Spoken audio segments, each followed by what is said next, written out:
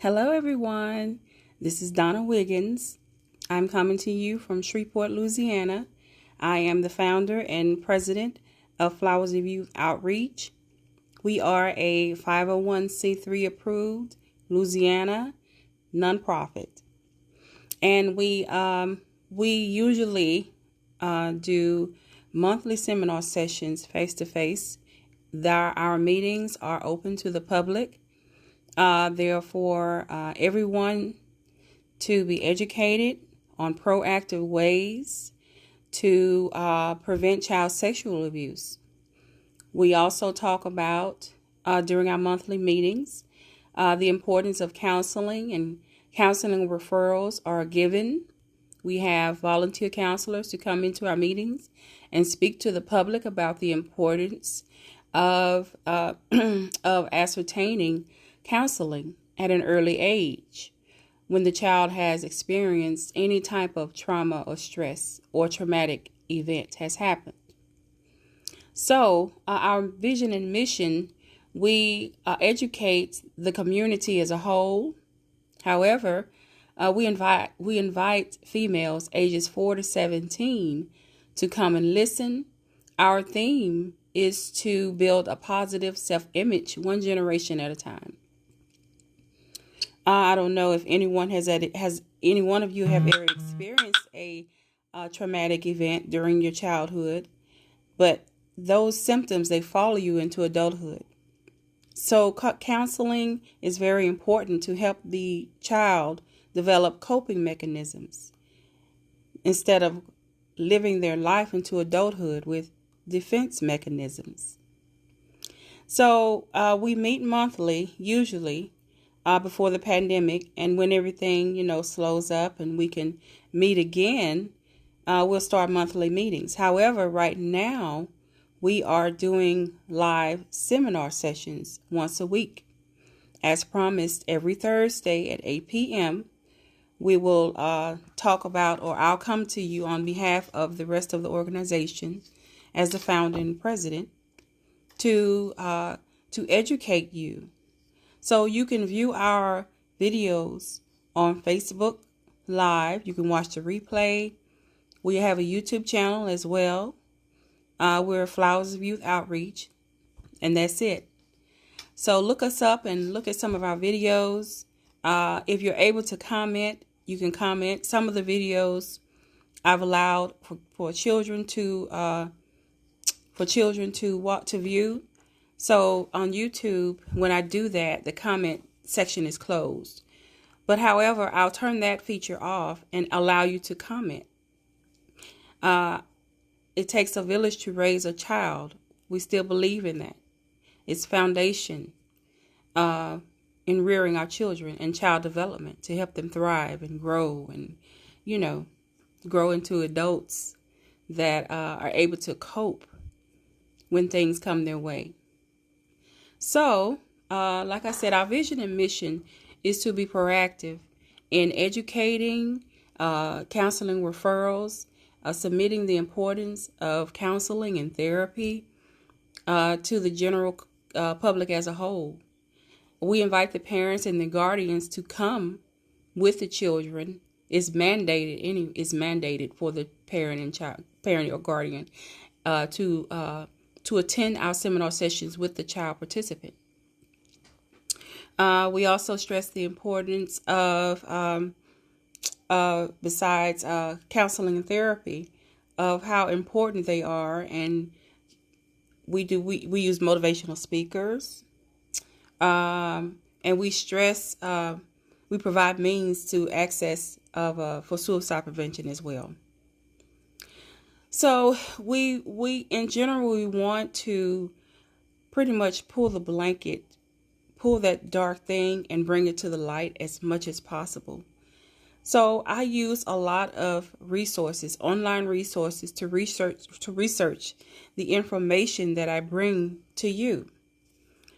These are medical professionals that present this information online. So the ones I use the most, and there are so many more out there. I use today, the National Child Stress Trauma Network, NC, National Child Trauma Stress Net, NCTSN.org. It's the abbreviation of the National Child Stress Trauma Network.org. That's the information from that website is what I'm using tonight. And then you have RAINN, RAINN.org.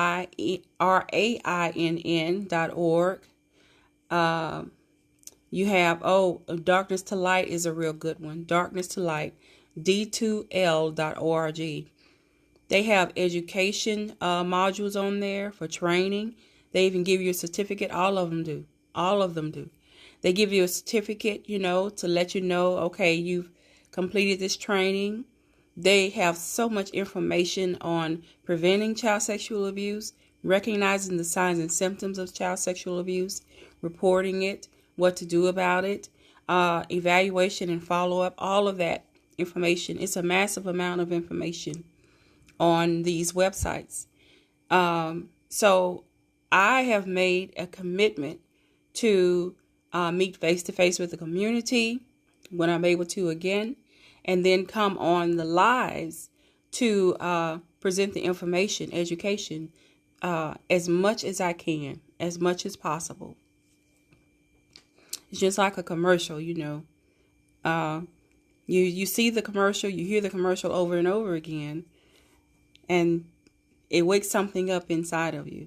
So, and that's it. So last week we talked about trauma-informed care related to the school system, and then we placed set up a chart. We retrieved information from the National Child Trauma Stress Network website. And hi, Fonda Ann, how are you? Thank you very much. I appreciate you taking time out to come and listen to us. So I pulled the information from that website and I put it on our Facebook page, Flowers of Youth Outreach. Great information. Great information. It has essential elements of trauma-informed care in the school system. So tonight we're going to talk about the essential elements of a trauma-informed juvenile justice system and how child trauma stress affects the justice system. It's not just about the money. However, when the child doesn't get the assistance that they need, the help, the medical professional help that they need, because it's a necessity. It is a necessity for a child that has been traumatized in their childhood to get the necessary medical professional help. And like I said before, I've learned in one of our previous seminar sessions when we were face to face from the participants themselves. And see, at our seminar sessions, there's an exchange. It's not just one person talking to the audience. The audience gets to talk back. It's not a group session. Like I said before, I'm not a licensed counselor or anything like that. I myself was sexually abused as a child. I am a healthcare worker out here in Shreveport, Louisiana, and I just told the Lord I do not believe that happened to me. It was unfortunate that it happened because this is the world, you see. Bad things happen to good people all the time. However, I want to take that lemon and make it into lemonade. I know it's a cliche, it's a common saying, but it's so very true. And I just do not believe that what happened to me in vain. I believe it was meant for me to help someone else. So that is what I'm doing. I am dedicating my time to help, to present the information, and do so much more with this organization within it.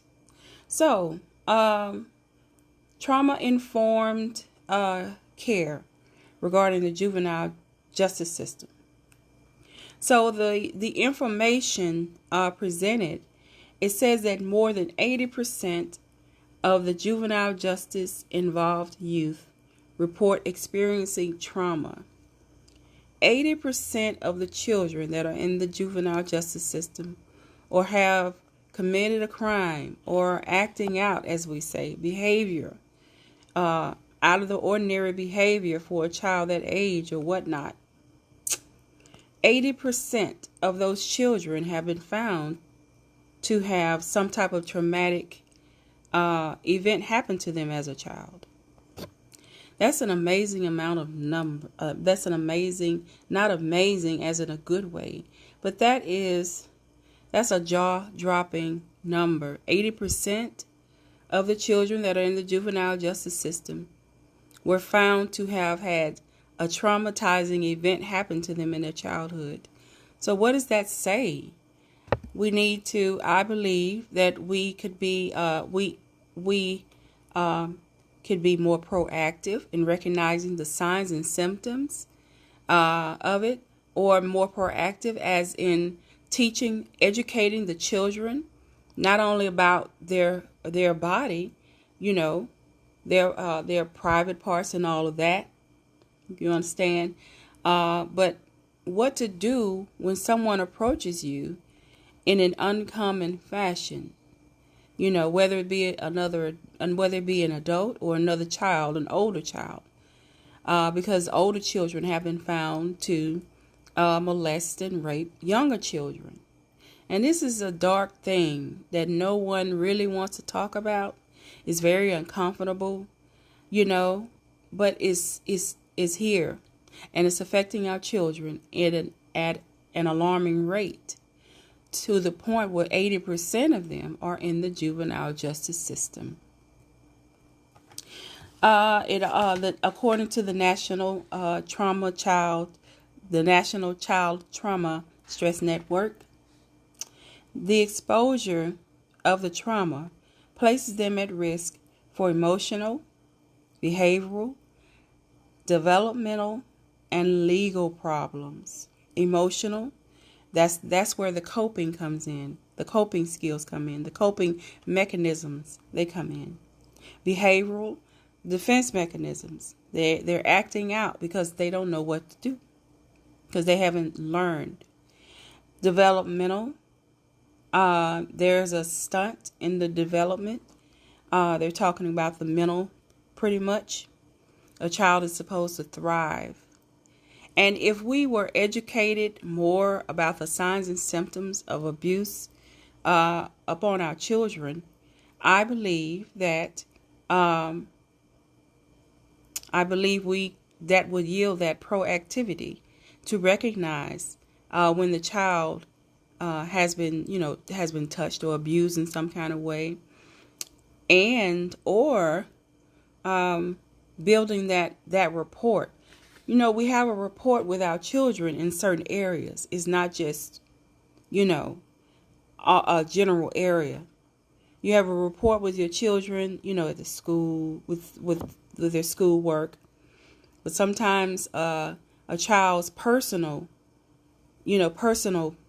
business or whatever, there's no rapport there between the parent and or guardian and the child. Especially when the predator has threatened the child in some kind of way, harasses the child in some kind of way, and puts those consequences in the child's head.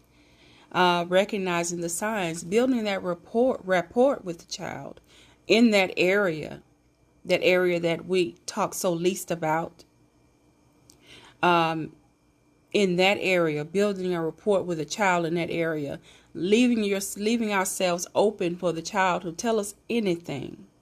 And I remember talking in a seminar session once, a previous seminar session, that the child, if the child wants to report something to the adult or whomever, then the child, especially if it's a parent or guardian, the child might be reluctant to report it because they know the response. They pretty much know what kind of response the parent will have to the information relayed to them from the child once they report the incident. So that report. Having those conversations at least 4 to 5 times a week about someone makes you feel uncomfortable in any type of way. Report it. Tell it. Tell it. And legal problems, referring to the juvenile justice system. The National Child Trauma Stress Network also reports that unresolved stress or post-traumatic stress symptoms can lead to serious long-term consequences across the entire lifespan, such as problems with interpersonal relationships. Now they're going into adulthood. Now they're talking about the unresolved issues, and there will be issues. It's inevitable that there will be issues. Some children grow up to hide it better than others. However, there are some issues. If that child has been known to have been, if the child has been known to have been traumatized and in a way touched, physically abused, emotionally abused, verbal abused, there will be some issues. It's inevitable.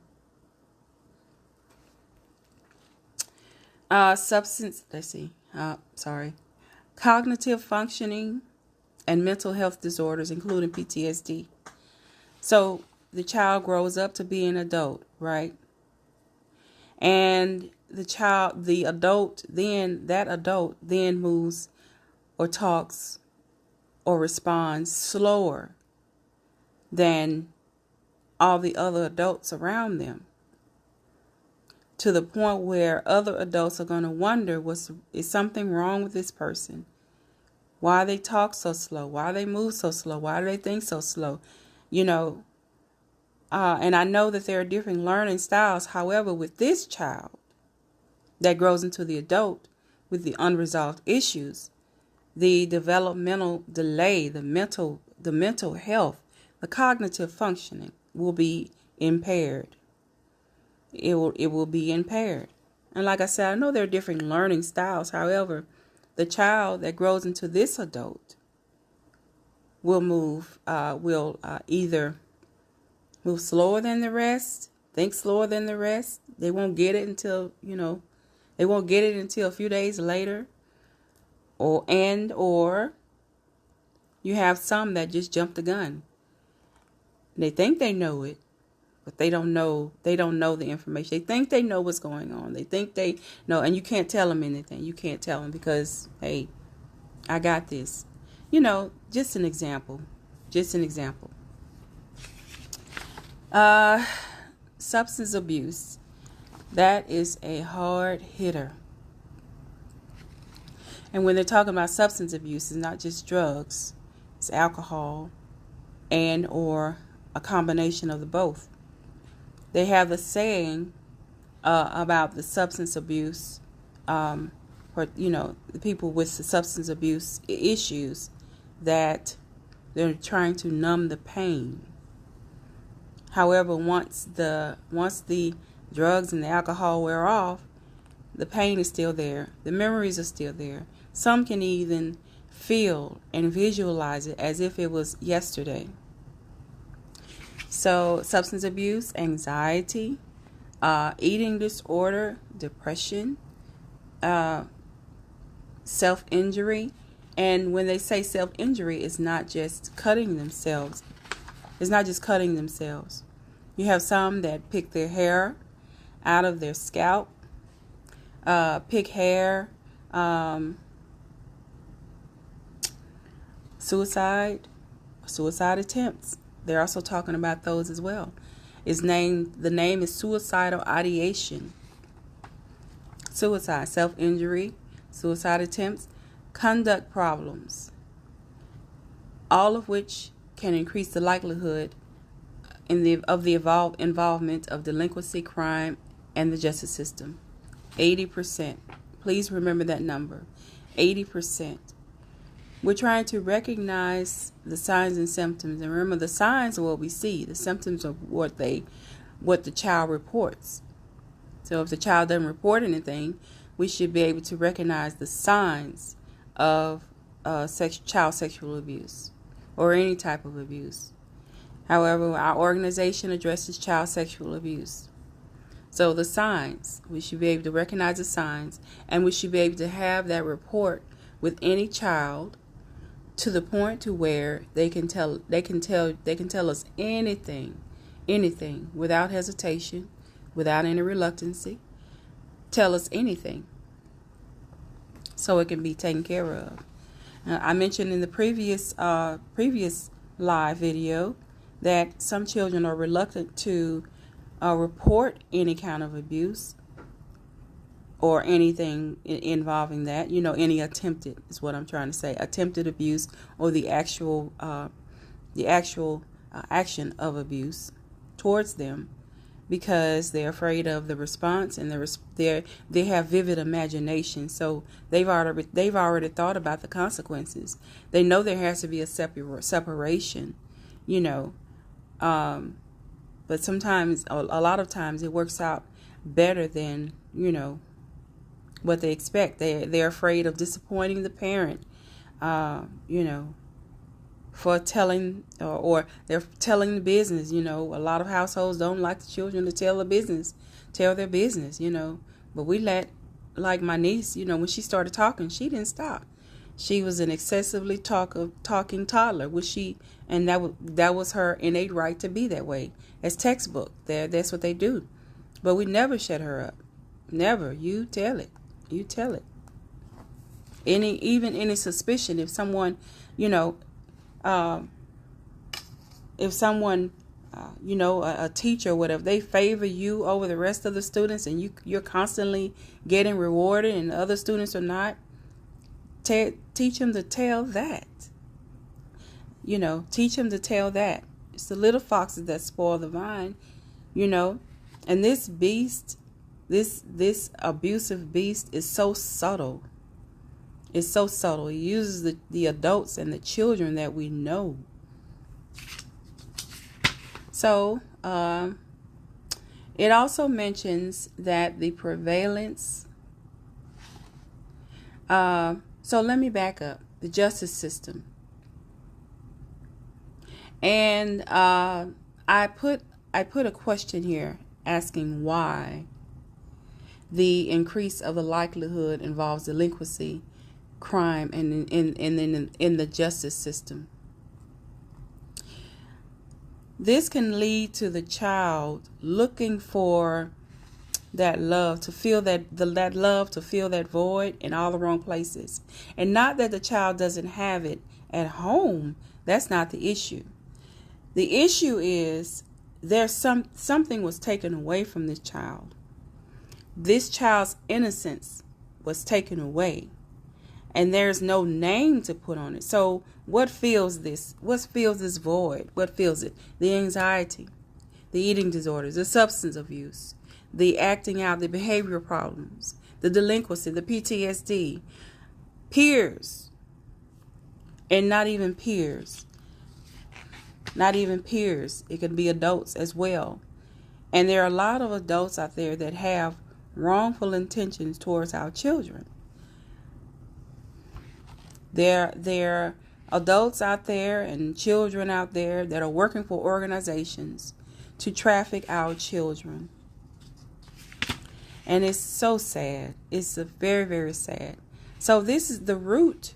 The root is getting them the help that they need, the counseling referrals, building that rapport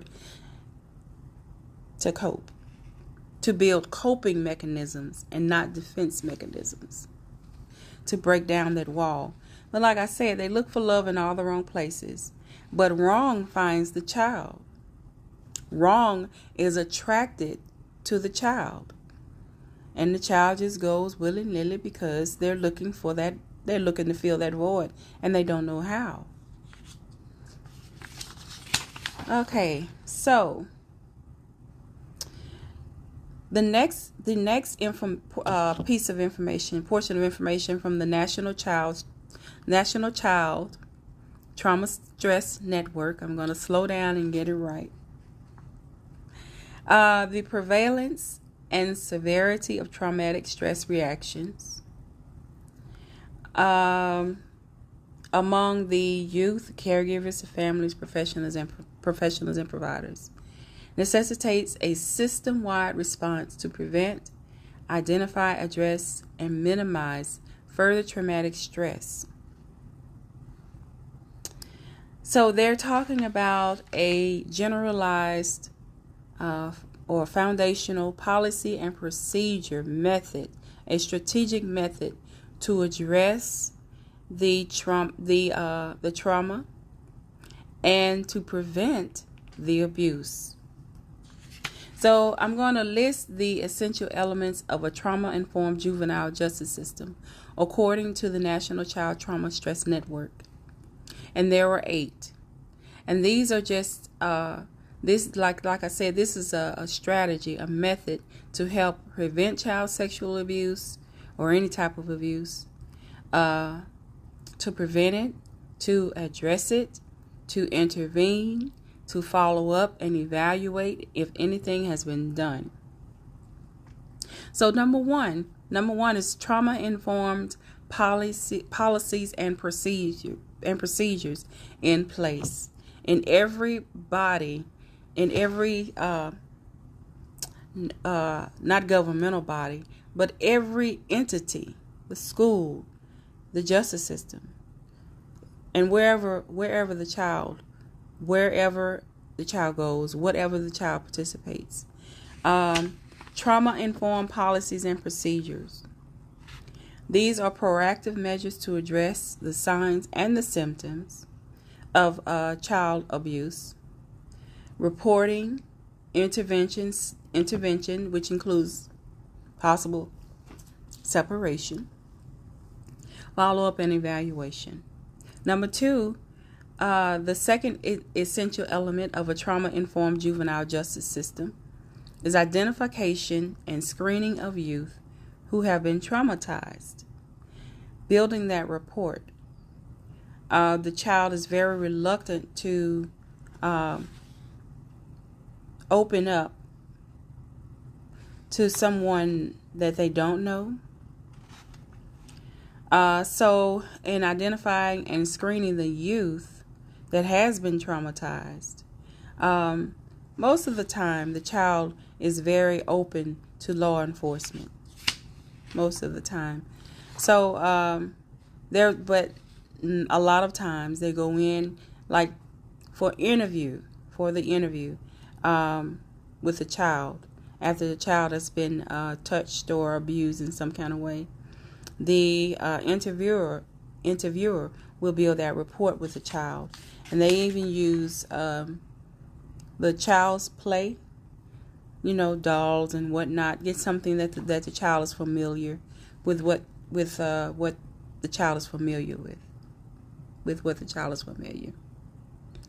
Number 3, clinical assessment and intervention for trauma-impaired youth.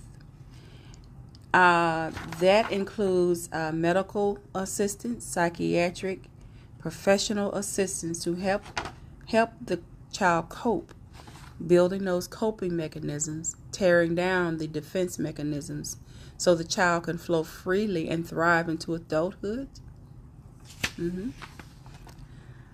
Number 4 is trauma-informed programming and staff education.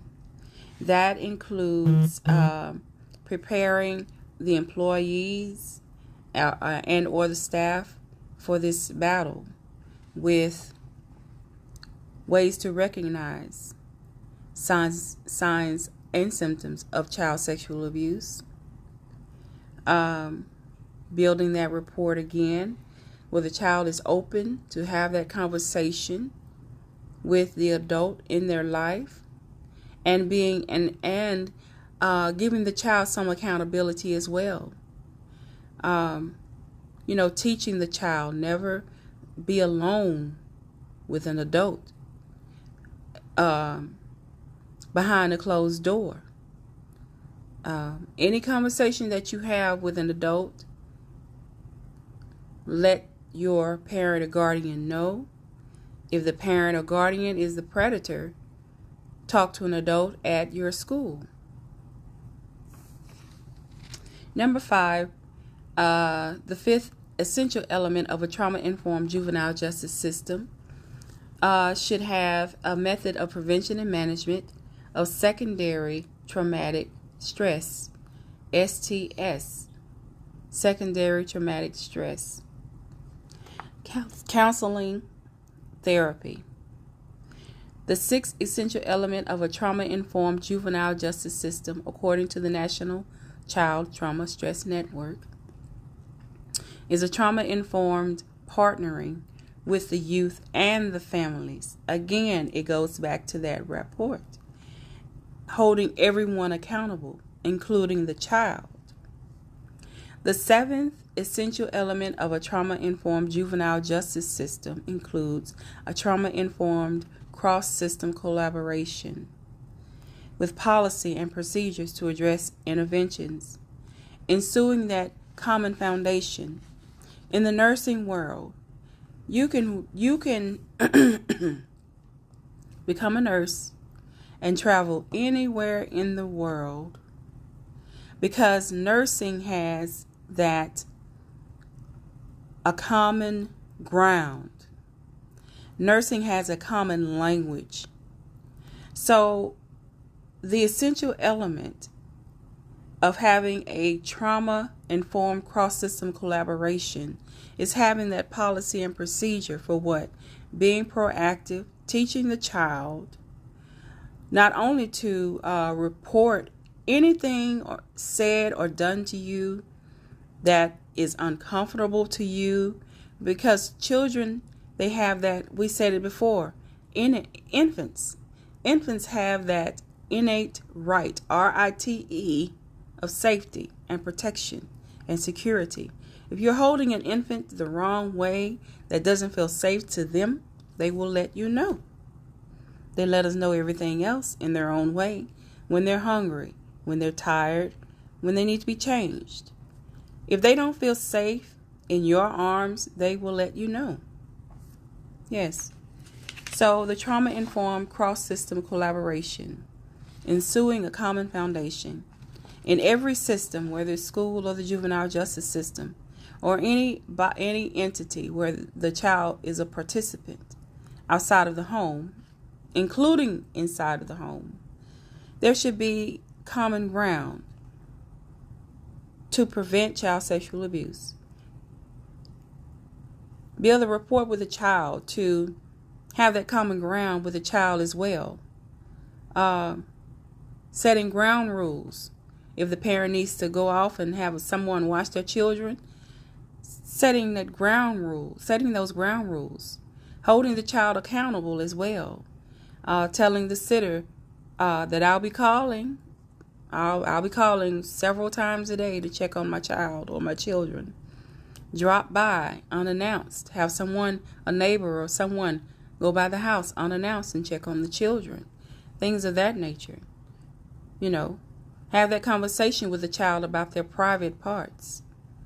Let them know if someone tries to touch you there or talks to you in a nasty way or, things like that. Anything that makes you feel uncomfortable, tell it. It doesn't matter what it is. That cross-system collaboration, including that conversation with your child, with your children. The 8th essential elements of a trauma-informed juvenile justice system, according to National Child Trauma Stress Network, is trauma-informed approaches to address disparities, differences, diversity. So in any system, it says juvenile justice system, but in any system, the school system, juvenile justice system, what else?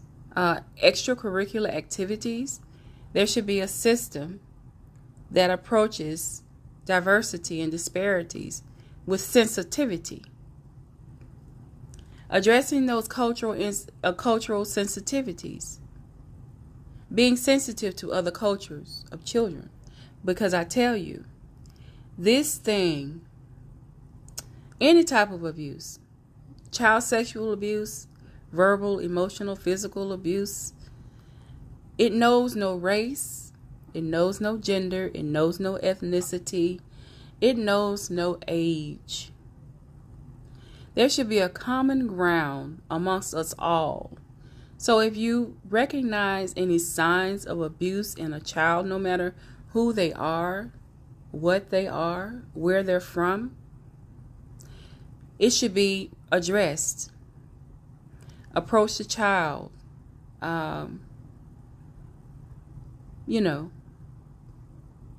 It should be reported.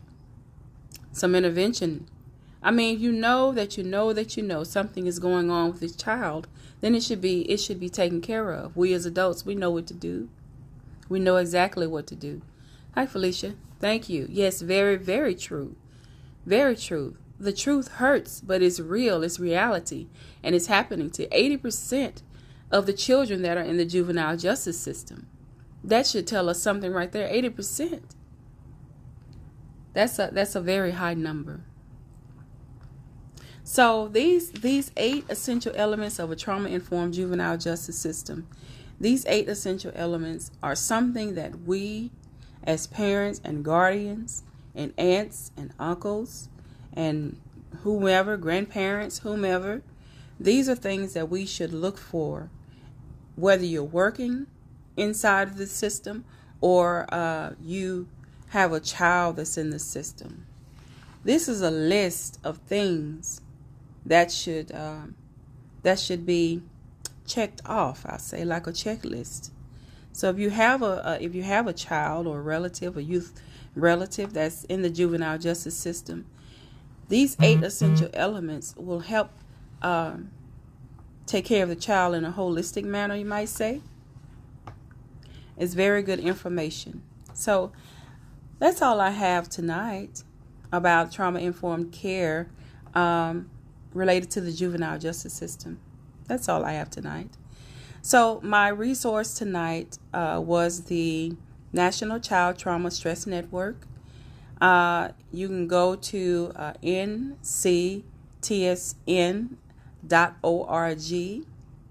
and the information is massive on how to prevent child sexual abuse or any abuse, how to recognize it, how to intervene, what to say, what to do, where to go, training, free training. Is so much. Some free, some paid, but it's a very, very small amount for the actual paid training. You're welcome, Fonda. So I hope that this information, I pray this information,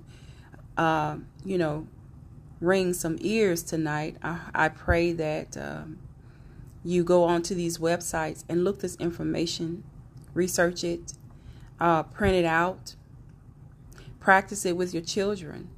Now we're in this pandemic now, and it's they're thinking about we have virtual classes and all this, and then some are in school.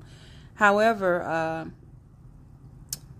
for those that are in the homes, the children that are in the home during school hours, during the virtual classrooms or whatnot, those I want you to look at one of my previous videos, and I pulled some information from Darkness to Light, D2L.org, about helping to hold the child accountable as well, involving them in the communication, involving them in the conversation, actively involving them, because children and youth, they love to be busy, the hands.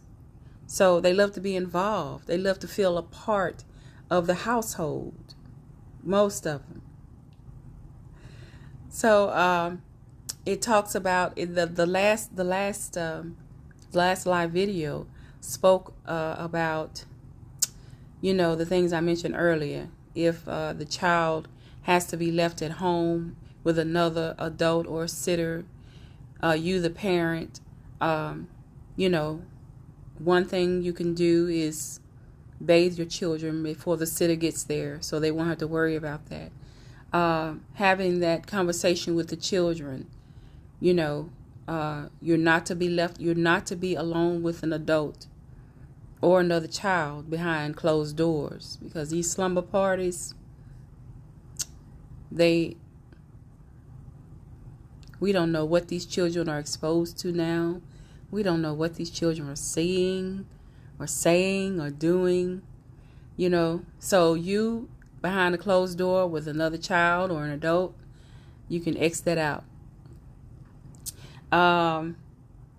What else? What else did we...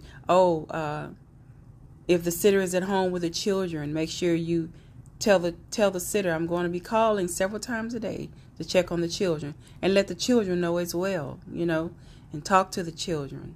We know our children. We know when there's a difference in their voice, in their mode, and in their manner, in their behavior.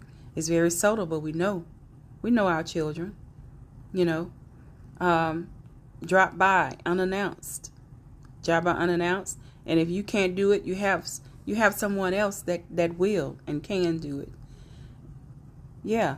Support system. If you don't have a support system, there's always a way. That's all I can say about that. There is always a way. There's always a way. It's always a way. These children are protected in ways that we don't even know, that we can't see. So there's always a way to keep your child safe. Always a way. And we believe that proactivity is one way. It's one way. So thanks again for listening to our video. Watch the replay. Thank you everyone for the comments. I appreciate you taking your time out tonight and listening. I really do. From my heart to yours, thank you. We have a YouTube channel, Flowers of Youth Outreach. Please go there and watch the videos. There are more than just the videos from our organization. We posted some videos from Darkness to Light. Some celebrities are on our Facebook page. Our website, www.foyllc0819.org. I know it's long, but it's worth it. Our website again, Flowers of Youth Outreach, FOYO LLC, FOYOLLC 0819.org. We are a 501c3 approved Louisiana nonprofit, and we are attempting to educate the community, the public, about ways to prevent, report, and address child sexual abuse. You guys have a good night. I pray that this information was very helpful. I pray that all of our information presented is very helpful. Check out the websites, Darkness to Light, RAINN, RAINN.org, and the National Child Trauma Stress Network.org. There are many more. I haven't found them yet. I mean, so much information. So, but these three are very good information. So, you guys have a great night. Sleep well, rest well, and stay safe. Thank you for listening. I'm Donna Wiggins, founder and president of Flowers of Youth Outreach. Thank you.